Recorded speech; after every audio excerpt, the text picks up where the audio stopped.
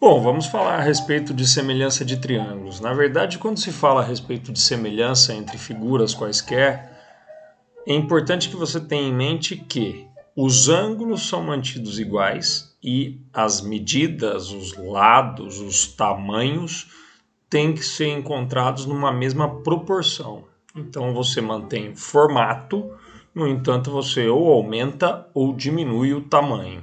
É isso que a gente tem que pensar em trabalhar quando vê semelhança.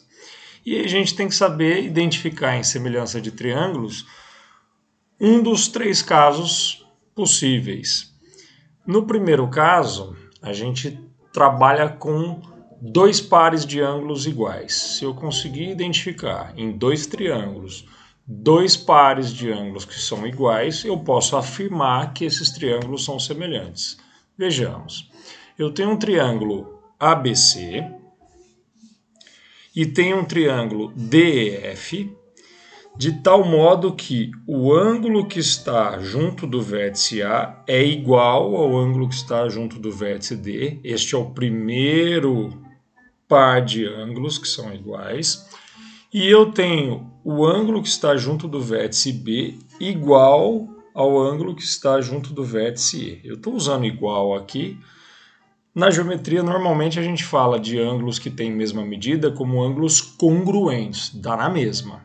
Então eu tenho um segundo par de ângulos que são iguais. Como eu consegui identificar dois pares de ângulos iguais nos dois triângulos, eu posso afirmar que os dois triângulos são semelhantes.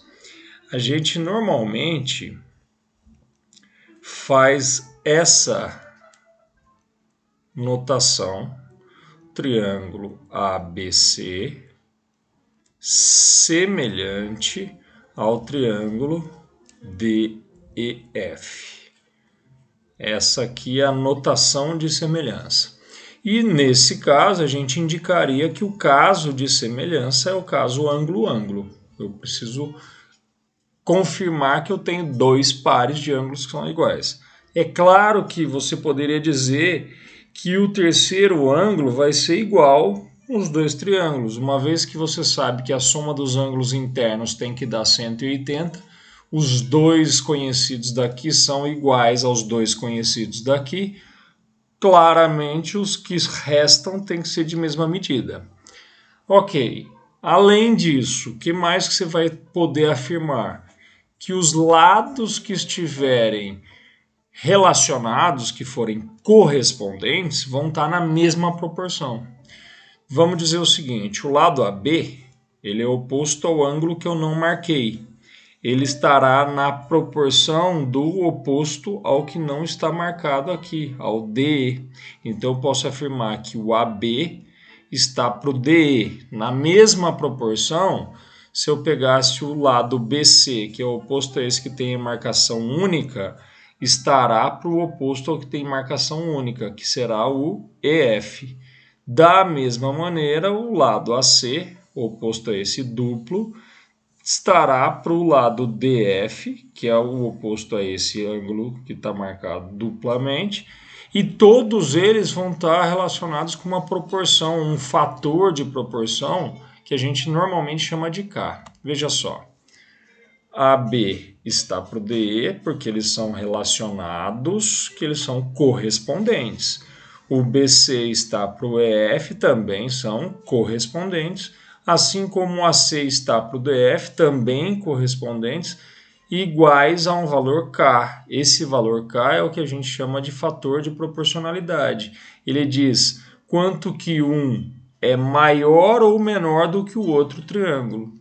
Se dobrou, se triplicou, se reduziu pela metade, é isso que o K vai informar para a gente. Quanto aumentou ou quanto diminuiu, quantas vezes ficou maior ou quantas vezes ficou menor.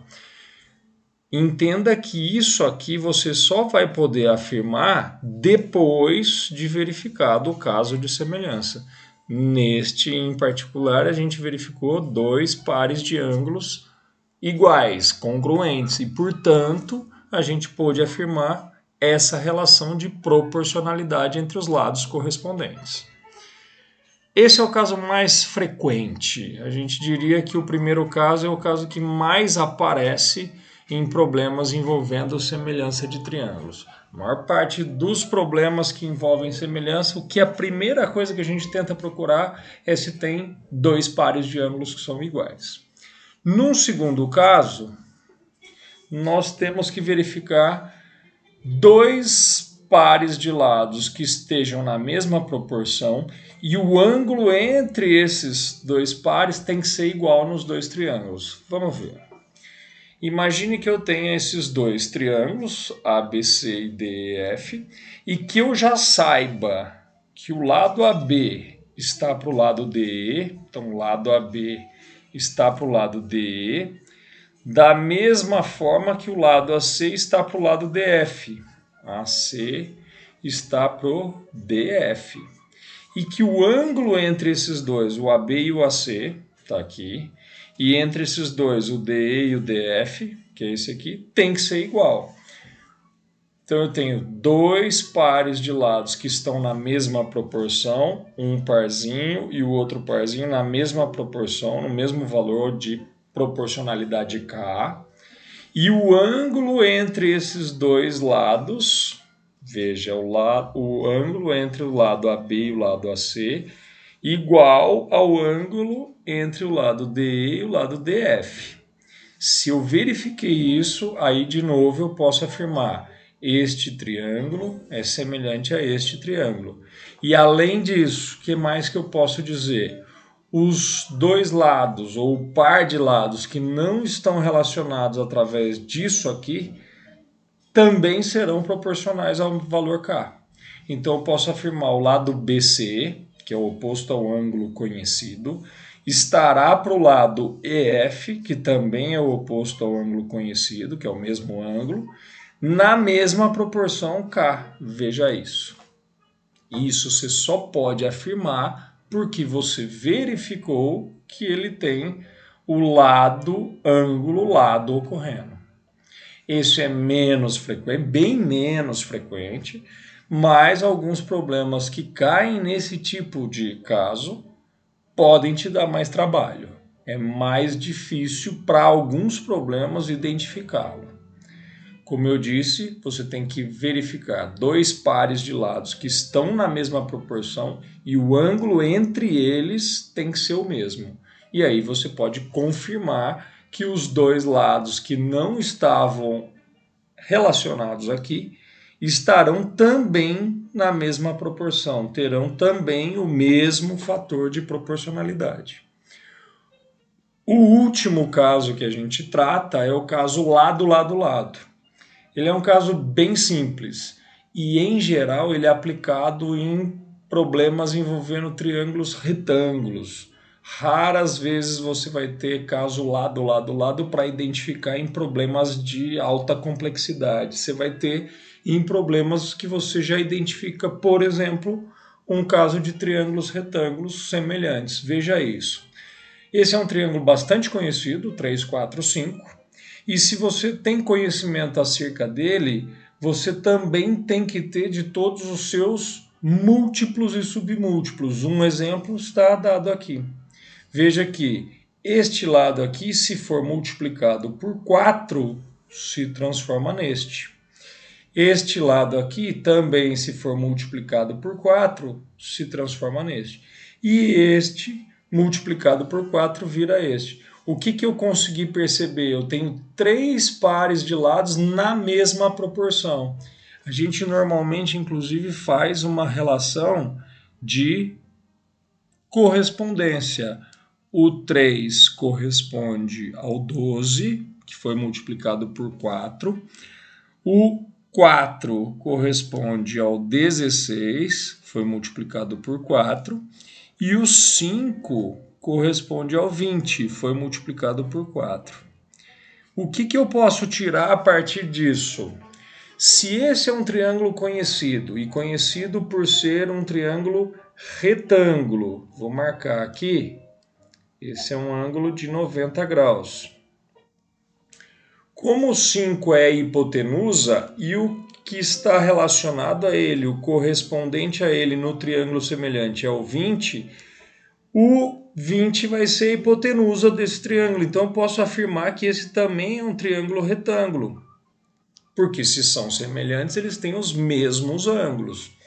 Eu não sei se você sabe, mas para o triângulo 3, 4, 5, o ângulo oposto ao cateto 3, ele vale aproximadamente 37 graus. Não é 37 exatamente, é 36, alguma coisa, mas é bem próximo de 37. O que eu posso afirmar então do outro triângulo? Se o 37 é o oposto ao 3, aqui eu vou ter 37 também no oposto ao que é correspondente do 3. Então esse também seria 37 graus.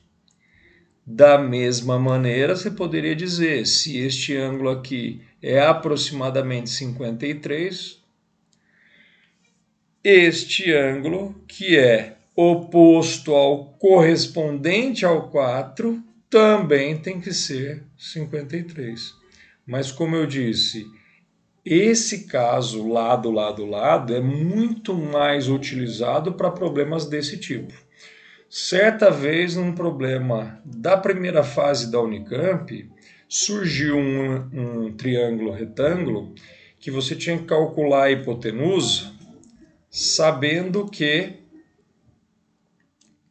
um dos catetos valia 1,5 e o outro cateto valia 2.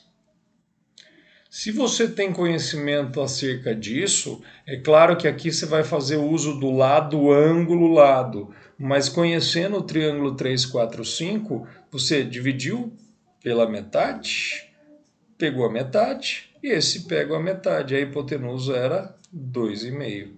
Então eu tenho um triângulo que, se eu conheço os três lados e comparo com esses três lados, está no caso lado, lado, lado, em que eu fiz um fator de proporcionalidade meio, multiplico isso por meio, chego nesse, multiplico isso por meio, chega nesse, multiplico isso por meio, chega nesse.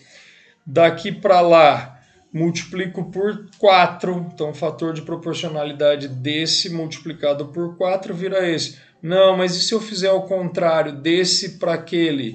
Então, o fator de proporcionalidade seria 1/4. Você pega 1/4 dessa medida, obtém o correspondente 3. Você pega 1/4 dessa medida, obtém o correspondente 4. E pega 1/4 dessa medida, obtém o correspondente 5. Portanto, casos de semelhança que você vai ter. Primeiro caso, o mais frequente, ângulo, ângulo. Eu diria para você, esse é o caso mais importante. Segundo caso, lado, ângulo, lado. Você precisa de dois pares de lados que estejam na mesma proporção e o ângulo entre eles tem que ser o mesmo. E o terceiro caso, o mais simples de todos, identificar três pares de lados que estão na mesma proporção. Obviamente, os triângulos serão semelhantes, terão os mesmos ângulos. Como eu afirmei, este aqui é o caso mais essencial, digamos assim, mais importante, o mais predominante, o que mais vai acontecer quando a gente falar a respeito de semelhança. Legal?